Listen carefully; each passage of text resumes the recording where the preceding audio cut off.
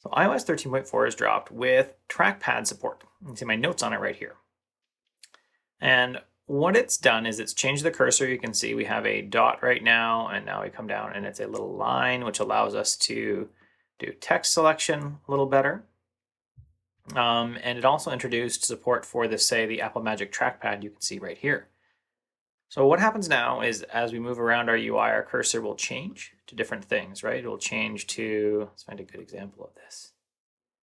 Up here, you can see it change into like a pillbox to go around the date. Over here, it changes into a pillbox for Control Center.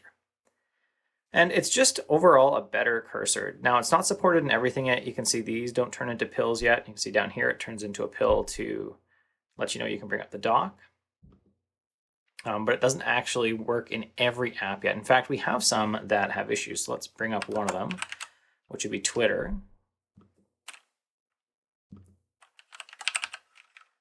Or Tweetbot. So in Tweetbot, if you see, I'll just pick a random thing. I can swipe to the left and get extra information on the tweet. Now, I can't do that here. So if I click and hold, it just tries to pick it up. Double tap doesn't work. Swipe doesn't work with two fingers. So that is one of the issues with some of the apps that we have. Some of them work great. Some of them are still not quite there. As far as gesture go, we've got a bunch of new ones. I've already showed you some of them, but we can go to the top, just keep pressing up, and we'll get our notifications. If we press to the bottom, then they swipe away. If we press to the bottom and then press again, we're going to go right back to home. You can press to the bottom, press again, and we're going to get our app switcher. From inside an app, we can use 3-finger swipe up, and we're going to go back to home. We can also, when we're in an app, let's go back to drafts. When you go off to the side, we'll press twice. Then you can see that we actually brought up our app, or our slide over. And now one thing that it doesn't do is it used to be able to you'd grab and swipe it away, and you can't do that now. You just press into the side twice, it'll go away. So, and that's excellent. We have a bunch more support for this. I like that part. One thing it also lets us do is it lets us do 3-finger swipe to the left or right, and we can switch apps that we were in. You can see that. That's excellent. Like that feature as well. It also surprisingly fixed a bug that I've had in iOS for a long time. I'm going to demonstrate it. Let's demonstrate it first with the mouse. So we'll turn off the trackpad.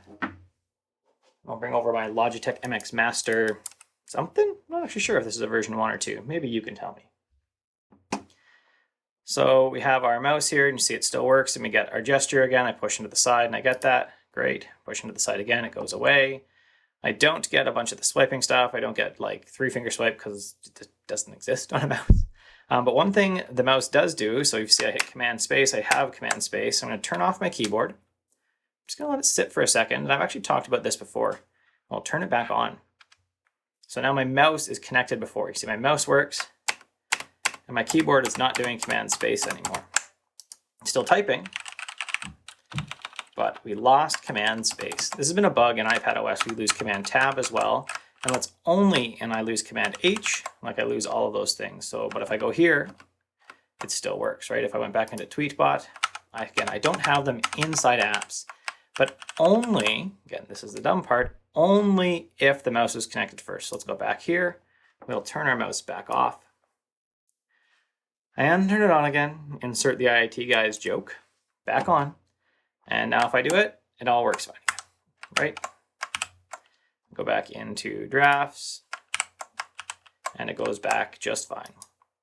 Now conversely, let's turn our mouse back off, turn our trackpad back on, put it down,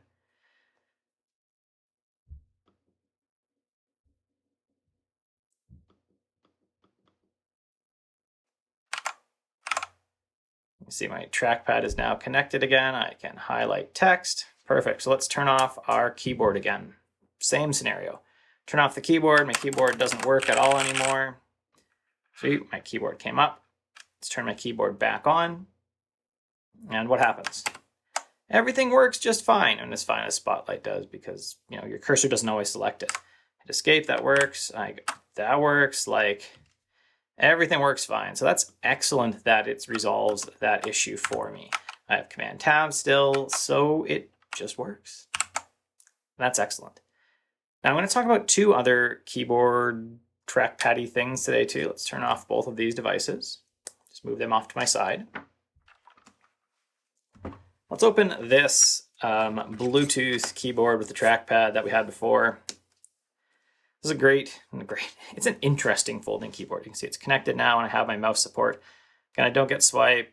I get swipe down. I get a few things, but you don't get, I get press into the sides. If I open an app, this trackpad sucks, by the way. That's what we're going to come to. So I get that. I don't get 3-finger swipe. You can even get 3 fingers on here. I basically get the same functionality I would have with the mouse. But ultimately, this keyboard is still terrible. So don't use it. Like, it's mushy keys. It's got a small keys. Just don't use it. You can see it's just not a great one. It looked interesting because it had a trackpad and mouse support, but no. So we'll turn this one back off. Now we'll grab this other interesting one. So I have another interesting keyboard that I'm trying. Right here. This is actually, as you can see, like a laptop clamshell thing. I'm just going to tuck it behind for now, I think. Yeah. Nope, I'm not. I guess it's going to have to go kind of by side and in front for now. So this thing here is interesting. We'll turn it on. I'm going to have a full review of this coming up. Maybe we'll just raise the iPad a bit. Is that going to work now? There we go. Now I can get it behind. So this thing here is interesting. Because it is like a full laptop, really turns your iPad into a laptop. Right, the iPad usually goes into the shell, and we'll have a full review of this. And this kind of gets the same treatment. We still get our sides, we still get down, right? And I go twice, and I can get it to go away. We can go up to the top, and I can get notifications. That's great. I can get Control Center over here. Perfect. So this is a better one. It does not improve the palm rejection on this. So when you're typing, let's just go to Command or Option down and start typing. And I'm going to make sure let my fingers, so you can even see I already went up here.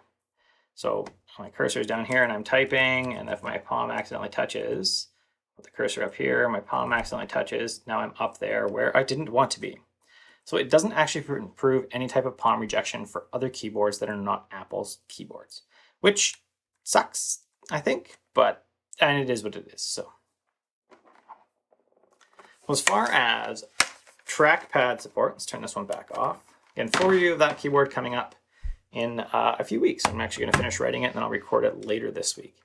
This keyboard back on and the trackpad back on. Do I like iPadOS 13.4 with trackpad support? I do.